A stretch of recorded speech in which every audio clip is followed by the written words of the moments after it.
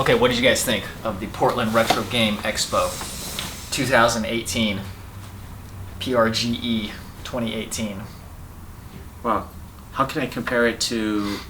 Well, the first time going to any type of gaming convention, just strictly gaming, was in SoCal. It was called the SoCal Gaming Retro Gaming Expo in 2017. It was like... Oh, so that was last year. Yeah, Ontario. God, I mean, and previous to that was like just anime conventions I've been to, but just all gaming and just seeing people like just try to find their games and try to haggle and stuff. Very different experience versus like an anime con where it's You don't haggle as much at an anime con, right? Yeah, we don't really, except if it's like a swap meet area. Oh, okay. Yeah, because you're in the dealer's room, you're pretty much dealing with just merchants and stuff, resellers. Yeah, but I mean here at Portland Retro Gaming Expo, being able to haggle is part of the strategy. Yeah, it's part of the fun. Yeah. What'd you think, Ken? Oh man, this is like my first ever retro video game kind of convention and everything like that. Mm-hmm. Just like with Warren, it's been anime conventions and stuff like that, but this is like my very first one.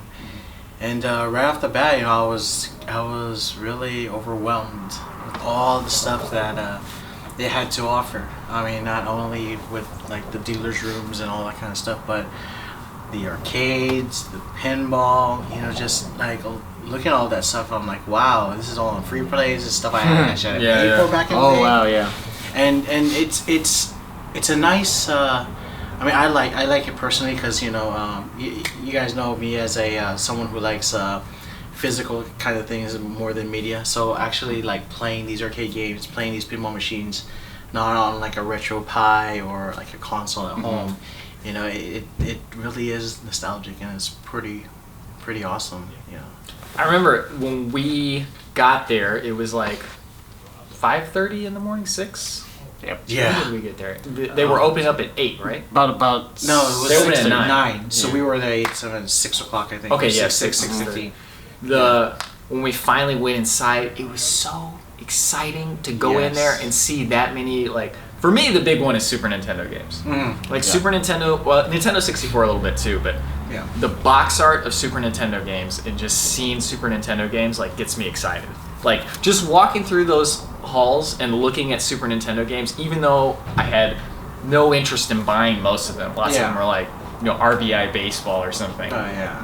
But seeing them there, and then especially when we first got in there, one of the first booths that we passed was the the mint Super Nintendo games that were sealed. So they had like this mint Chrono Trigger that was sealed, and it was like, man, it's really fun because you go to a place like this and you're like, oh man, they get me, man.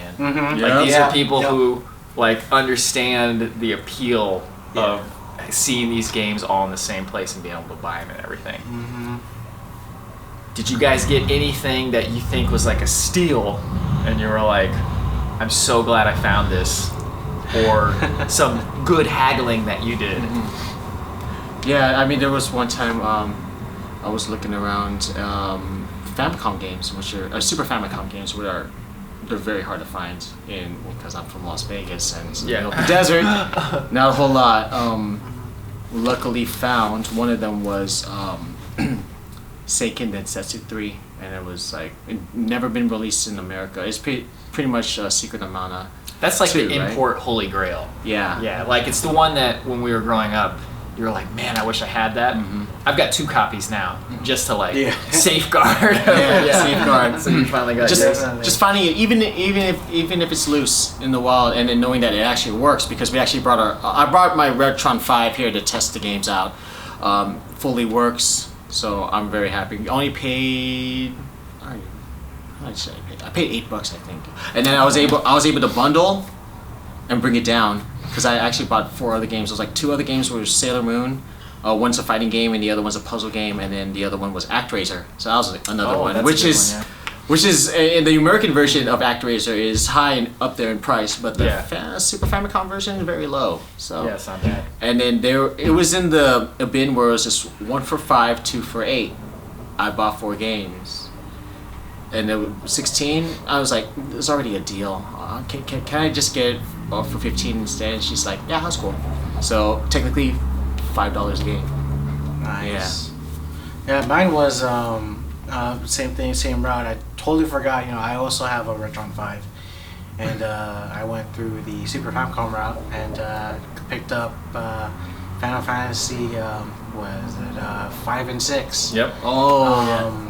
Those are two must-own in any collection. Yes, definitely. And I already know. I mean, I can't afford purchasing Final Fantasy 2 and 3 if I wanted to, but then at the same time, if I did do that, I won't have anything else to purchase for the rest of the convention. So I went that route, knowing that I can go the Retron 5 route, and picked them up for $5 each, and I'm definitely going to be happy. I'm definitely playing those games. It's funny because you got Final Fantasy VI, the Japanese version. Yeah. I got the US version, and I probably talked about that in the vlog already, but I got 2 box copies. This is one of my holy grails. I paid $85 for one, $130 for the other, and I'm cherry picking to make a perfect copy and to sell the other one. Yeah. But isn't it funny that was $5, like sports game price for the Japanese version, and then $100 basically for the US version. Yeah. We need to keep in mind that the reason why we keep mentioning Retron 5 and these are Super Famicom games is that the Retron 5 has the ability to put, you can actually play the game and have a translation patch, a fan translation patch, so we can play the whole game in English for like on a budget. Right, yeah. On a budget. Yeah, on a budget, yeah. Let me ask you guys this. When you collect games, is it mostly driven by the nostalgia from when you were a kid, what games you played, or is it now, like, what's your main purpose for, or main motivation for collecting now for you guys? The reason why is because 20 years ago, it was just out of reach. Not having a job, not having the money, the resources, and the funds, and all that. We did a whole lot back in the 90s. We just did a whole lot of, hey, can I'll let you borrow this game, I can borrow this game, just for the weekend and stuff. Yeah, and then had no clue that down the road, those games would be pricey. Yeah. Contra. Contra's one of them, my goodness. Yeah, definitely. Yeah, no, for me, it is a nostalgia trip. Like, most of these games I've played growing up, with my brother and my cousins and all of them. And, of course, some of the games, we would trade back and forth with friends, school, and stuff like that. And it's I guess you could say it's nice to travel back into time to when things were simpler, when we didn't have jobs, we didn't have to pay for rent and everything like that, and we just go on our everyday lives, just going to school, coming back home, doing homework, and playing games. Is any of your collection from when you were a kid still alive today? Like, you still have it? Did you sell most of it? Did you get rid of it? Did it get rid of? I was very lucky that I still have the original Nintendo from 1980s. I think it was 88. It wasn't 85, but 88. I guess I think that's when I got my NES too. Yeah. Yeah, it was mom bought it for us. So yeah, and then it was just locked away for I don't know some sort of in like some storage, and then I found it. And I was like, okay, does it work still? How about the games and stuff, though? Yeah, that pretty much was like, it was here, and pretty much I sold some of it. And there was one game that we still had from all the way back in the day, and kept it ever since. You would know, Final Fantasy Adventure. Yeah, was one for Game Boy. And then and then just resurfaced randomly Operation C. Operation C for the Game Boy, which is actually fetching for about more than $20 loose now. Now, since you guys are brothers, for the most part, you shared the same collection. Yeah. So that's pretty much all that survived was the NES, Game Boy game, just a little bit.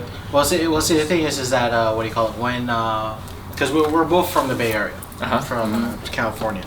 The thing is that and then my parents, they moved down to Vegas. My brother went with them and my sister. I actually stayed behind because I had a girlfriend at the time, which I'm happily married to now. So I stayed behind, but he took all that stuff with him. Okay. So basically, I started my. I remembered all that stuff from growing up between us and with my cousins and stuff. But then, of course, I started my own collection when they moved, to Vegas. I still have a lot of the old PC gamer stuff and it has your handwriting on it. So hey, down the road, you want to look through it. Yeah, hey, it's back in your hands. I might have to go back and grab all the stuff that you guys took, with you, thinking that I was going to Vegas with you guys, but I stayed behind. You also got that DJ Hero. I still have to get the box back from you. Yeah, it's in the safekeeping, so you'll be fine. So for me, the majority of my collection is just from when I was growing up. Picked out the games that I liked. Yeah. And I happen to have tastes that I like. It turns out now that it was pretty in line with what was popular. Like I have the big heavy hitters like Chrono Trigger, Super Mario RPG, that type of stuff. Yeah. But I can see now, going with you guys to this convention, that you guys are much more hardcore collectors than I did. Oh yeah. When did you start, and like when did you get the like specific bug of like I want to collect, like.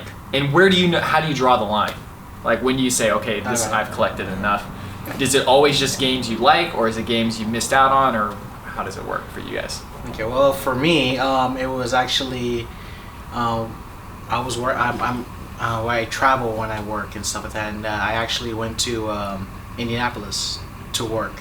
Oh, Indianapolis of all places. Yeah, and I went to one of the retro stores, it was like kind of like a retro store, but it was like everything, like from music to DVDs. When to was this? Blu-rays. This was about 2 or 3 years ago, I believe. Okay. So you only started collecting 2 or 3 years ago? Well, yeah, like all of a sudden, just like it's just snapped in my mind. I gotta start doing it. Became an explosion. Yeah. But I worked there for like maybe 2 weeks. I came back with over 80 NES games. Oh, wow. So I had to buy a new duffel bag and put all those games in there. Wow. Yeah, TSA got a kick out of it, I'll tell you that. They were like, what is this? Yeah. And they were like, NES, baby. Yeah, pretty much, yeah. They were all pretty much all NES games. And I came back with them. And ever since then, that bug has... I mean, it's hard to scratch it away. It's like a fine line between obsession and fun. Yeah, definitely. And like I have trouble straddling that line sometimes too. But when did you start? Right after he got the hit with the bug. But you had already a collection before right? I had a nice like amount of games and stuff. I guess this whole time I was just focusing on like portables, but it wasn't like I was serious about it. Where I was thinking, wow, like, if I don't get this now, down the road, it's going to get really hard to find. Yeah. So there was one time when I went over to his place in California. He has like this giant wall, just PlayStation 2, PlayStation 3 games. Just looking there. It's very quiet in the room. Like, it's like I want this in my life. We're up to something here. This is. You're not gonna see anything like this if you don't start collecting, and but yeah, it also but the combination of just I didn't have the money at the time. I was just out of reach. Xbox original didn't grow up with that. Now I am actually collecting for it because it's on the cheap right now, and there's a lot of great games for it. Even the consoles are even sometimes cheaper than the actual games itself, and it's been it's slowly becoming where if I don't get this, it's gonna just go up in price, so I need to go and snag it now before it starts becoming the next Super Nintendo in value, and it's gonna get there. Yeah. What was you guys' like favorite thing playing growing up? Like what was your favorite gaming generation, I should say? Because like for me, I think there was different generations. Like for the most part, when I was growing up, I played mostly Nintendo.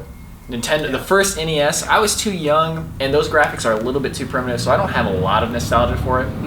But like 6 games I think I have for it, they're enough for me, and I go back to it occasionally. But like Super Nintendo, Nintendo 64, and GameCube, those were like probably the height of my interest in video games. Like even now, I mean, I'm still very interested in them, but I consider those like the golden years of video games. I mean, maybe not Nintendo 64 so much, but what is like your favorite time in gaming? Because don't say now, like now there's never been a better time to play games. It's a great time to play games now, but I mean, nostalgia plus a great time, like in 20 years from now, you can say that now is the best time. Yeah. Because then you got the nostalgia glasses on top of it, it makes it even better. I would say for me it was a mix of Super Nintendo and PlayStation 1. Oh, PlayStation 1, yeah. Yeah, that Super was Nintendo huge. and PlayStation 1. And and yeah, we were actually at the forefront of like, why didn't this merger happen with Nintendo and Sony, and why did it fall through? We were actually like reading it through magazines and stuff. Yeah. This is before the internet, kids. So, but yeah, we knew about like CDI. What the heck? And then it's great because just today we saw the Nintendo PlayStation. The Nintendo PlayStation. I was looking at the guy behind the table, and I was like, I've seen that guy before. Why do I know who he is? He's the guy who found it. Yeah. And I was like, oh, I saw him on YouTube being interviewed, and then I suddenly saw it sitting there. I was like, whoa, that's a Nintendo PlayStation there. Yeah. And it was running. Yeah. People were playing off of it, which is pretty awesome. Yeah. What was your favorite generation? Mine was mine would be the NES and the PlayStation 1. The only reason for the PlayStation 1 is because that's the first console I ever bought with my own money. That's big right there. Yeah. You don't still have that PlayStation? I unfortunately don't still have it. I actually downsized to the PS1, which is like the last generation of the PlayStation. Yeah. I downsized to that. So but you still got the original one that... No, I do not. Oh, okay. I wish I did.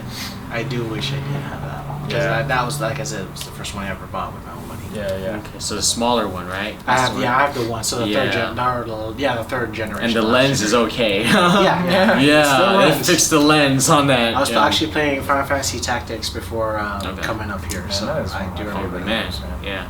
So, it does work. It's okay.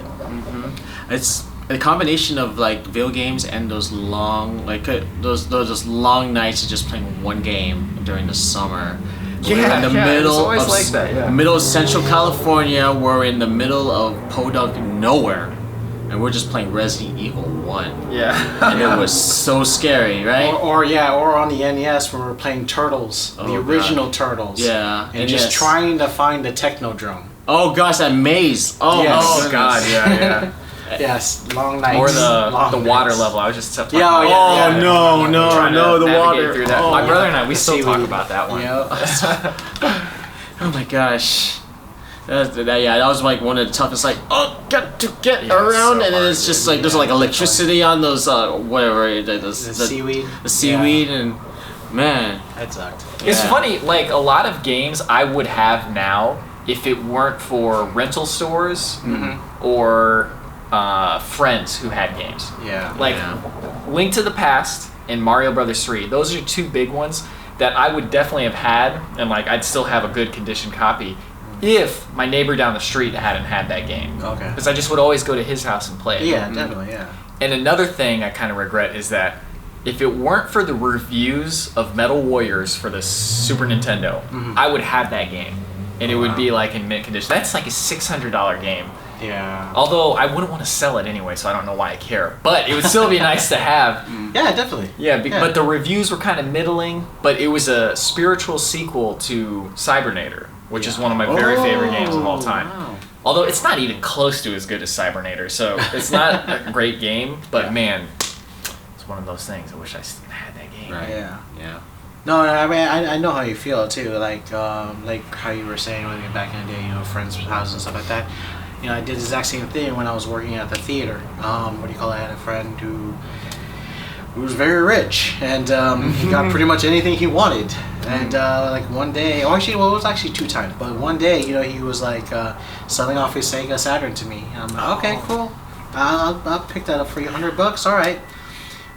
He gave me games, and now I look at those games nowadays, and tell the games that you got with that level, because it's ridiculous. Off the top of my head would be Panzer Dragoon's Wheel. Or Panzer Dragoon Saga. So Panzer Dragoon Saga at the convention, the lowest price was $600. Yes. And lots of people were charging $800 for it. Yes. Whoa. That's like one of the big ones. Okay, Yes. what else? So it was that. I also got Shining Force 3. Shining Force 3. That one was like $250 at the convention. Magic Knight Rayearth, I got that also with that. I don't remember how much that one was, but it's like 300. Yeah, it's also a big hitter. Expensive. That Dragon Force. It was that one game that you wanted really badly, just from Guardian Heroes. That was Guardian Heroes. Oh, Yep. okay. Yeah. Those are like literally the holy grails of Saturn. You got it in one bundle. I got one bundle for $100. You need to like take pictures of that and post it on Reddit and just say, I got this for $100. Way back in the day, yeah. Yeah, man. And it's the same guy, you know. I also got the Dreamcast off of him, Oh, nice. you know. And He was clearly a Sega fanboy. He was clearly a Sega fanboy, Yeah. yeah. He gave me Capcom versus Marvel. He gave me. Oh, nice. What else did he also give me? Right off the top of my head, Dead or Alive 2, Crazy Taxi, and Daytona 1, and also that's going for like $100. Some of those games aren't that high in price, but again, you know, I spent the time to go over to his house, play those games over there. Yeah. And then it worked away to Yeah, in no, my that's collection. good. That's good. So yeah. Wow. Yeah, so I bought this weekend. It was so my one must find was the Final Fantasy 3. Yeah. About that earlier. I bought a Saturn RGB cable, which is just a high quality video cable. Mm-hmm. I bought that at one of the booths, and then I was like, well, now I've got to get my Saturn collection going. Yeah, I was yeah. eyeing this one table. He had a bunch of Saturn stuff. I was eyeing it the whole weekend, and I was like, okay, today I'm gonna go up. I'm gonna find some other stuff to bundle with it, and I'm gonna make him. I'm gonna have him make me an offer, or you know, just try to get him to bring. Oh it yeah, down. bring it down. Yeah. So I got, I think, 7 games total, and the total price would have been $117. They're all Japanese games, so they're much cheaper than the U.S. counterparts. They got it. And I was like, okay, what can you give me? What sort of deal can you give me? He said, okay, and then he tallied it up. He said, okay, how about 105? That's $12 off, right? Okay. And then I was like, man, you know what? I want to get lower, so I said, oh, how about 95? And he was like, I don't know. And I said, do you take card? He said, no. And I said, okay, well, let me see how much cash I have. And I looked in my envelope and I was like, dude, I think I only have $95. And I started looking at that. Yeah. And I was like, well, I got 95. And I showed him the 95 and he was like, okay, yeah, I'll do it. So I felt pretty good about that because that came out to about $13 a game. Yeah. If I had gone to Japan, I could probably get that same price. But that would involve going to Japan. Yeah. This is all right in front of me right now. Right here, right so, now. In America. in fact, this convention is, outside of Japan, the most classic retro games I've ever seen in one place. Like, when you go to Japan, like Akihabara, there's so many... Every store has all this stuff. Like, you could actually get all this stuff anytime you wanted. Yeah. It's not like here where you go to a retro shop in like Indianapolis. You'll be able to get lots of good games, but you're not going to find Panzer Dragoon Saga unless it just happens to be there. You know? Right. So that's one thing that's super exciting about like a convention like this. So I think we got to go every year. Yeah, We should. Yeah. We should. Well, assuming we have the money, because it's very difficult to not spend money. Yeah, very true. Yeah. Because before I was like, man, I don't want to get anything. I just want to not spend money, but I had to once we got here. So Yeah, I really hope that our schedules align for next year. Oh, We can do yeah, it yeah, again. definitely. And if not, well, we should also look out for other ones that are like pretty much like this size. Yeah. Another one, like I was thinking, like Seattle was one, right? And then was like Too Many Games we were talking about. Too many games. Yeah. And then the one in the southeast that I've been like is the Southern Fried Gaming Expo and MomoCon are also like other like hotbeds for like gaming. Yeah. What are you guys most excited to play when you get home of the stuff that you just bought? Oh wow. Easily Parasite Eve. One. Okay. I didn't even You bought mention that on the first day. I bought on the first day, like as an impulse buy. I'm like, I am not gonna see this ever again, and I didn't. I didn't see it anywhere else. Yeah. Yeah. It was Friday. Technically, the booths weren't open, but one Yeah. exhibitor was selling in the arcade area, and I guess they got permission or something. But Yeah. Yeah. believe so. And not only that, it also came with a demo disc of like it's a couple other games. So it was a 3-disc set. I looked on the bottom. All the discs are near mint condition for $20. It's not gonna get any lower. It was really nice. Yeah. Yeah. Definitely. Yeah, and with that, and I also have Parasite Eve 2 sitting at home, and I have a sealed copy of the third birthday. I have the entire set right there. So now you can finally play it. I can finally play it, all- and possibly YouTube myself or like do a let's play. Man, I would love to play the Parasite series, dude. Oh, even better. And then I also bought like an $8 cord, a connector from the PSP to component. So I just gotta find a way to do PSP component Elgato, and then third birthday. The third birthday live streamed. Yeah, that'd be cool. Yeah, that would be cool. That would be awesome. How about you? Well, I'm probably gonna start playing Final Fantasy VI when I get back home. Oh, yeah. That is one of the only. That's one of the only games I've ever beat for the Super Nintendo. Oh, really? Yeah. That was, man, first time I beat that game, and that ending was like 30 minutes long. Oh. It spoiled me. No, actually, that might have started my love of endings. Oh. Like, I love endings in everything. Like, in every aspect of life. Like, even at the end of the vacation, like, I love the fact that it ends. Yeah. I'm like, oh man, I'm so glad this is over. Right. It's weird. It's like, I love endings, but Final Fantasy VI is one would of be, them. that's definitely gonna be the one I'm gonna start playing when I get back home. So you're going to Retron that and then do the translation patch? Oh, definitely. Nice. Cool. Translations away.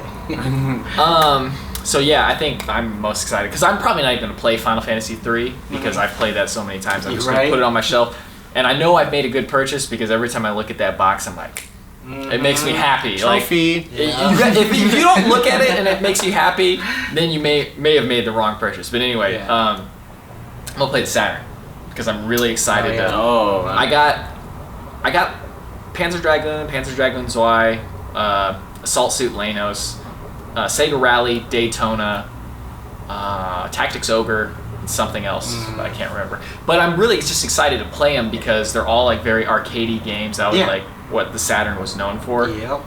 But out of all of those, maybe I'll start with Sega Rally because that was a game that my brother and I, when we lived in China, and when I was in 5th grade, there was an arcade there, and they had a big Sega Rally machine and a big Virtua Fighter machine, and we'd go there and play. It was so much fun. Just like I remember being in that arcade cabinet, and it's like long, medium, right, and you're doing this, and then short, medium, left. It was so much fun. Was it the moving one too? Oh yeah. It was like an actual. Yeah. It felt like being in a car, and that was way before I could drive, so it was really exciting. Yeah. So that's like nostalgia, and I love racing games, so Yeah. that'd be a double whammy. Definitely. Sweet. Any other thoughts? Any other thoughts? I am very glad that I actually left the convention with a bit of cash left. So Good work. yeah, I so did not. haggling is very important, and it's a great strategy for any collector. A lot of these prices are just with the flow of the market, what eBay says, what the internet says, what word of mouth says. It could be from like a really low price to like a really high price, depending on the condition of the game. If the box is there, if the manual is there, sometimes the manual is worth more than the actual game itself, and also the condition of the game. So always look, and if the price seems a little bit too high, find some faults in that in that case, or find some faults in that disc. That's what I did. And another game that I found some faults in was a box copy of Final Fantasy 3 for the DS. There was no manual. They were asking for 10. I said, bring this down to 7, please, because there's no manual in there. And they were able to budge. Oh, and be curious. You know, if they don't bend to what you want, to just thank them and go along your way. As we learned from one of our panels, you know, reputation goes a long way when it comes into a retro kind of community. So if people know that, you know, you're trying to get the lowest possible and you're being a douche about it, why would they bend to your will? You know, or at least listen to what you're suggesting. Yeah. Well, and also it's like, even if you pay a little more than you wanted to, these people who are selling, they're making all this possible. So you give them a little bit of extra money, like that's so that then next year they can buy more stock, come back and do it again. As a whole, like that helps the ecosystem of the games way more. So the circle of life. Absolutely. It's not such a big deal if you don't get like $5 off. And a nice reminder is that not everything has been found. how many homes have attics? How many homes have basements? There are retro games everywhere that have yet to be found. And someone's old home, someone's apartment, someone's car, it's there. It's probably there. Right under the seats, right? Little Game Boys. Yeah, never know. Yeah, you just never know. So the stuff resurfaces out there. So look forward to next year, right? Next year. Yeah, next year. Let's go eat. Yeah. Yeah, definitely.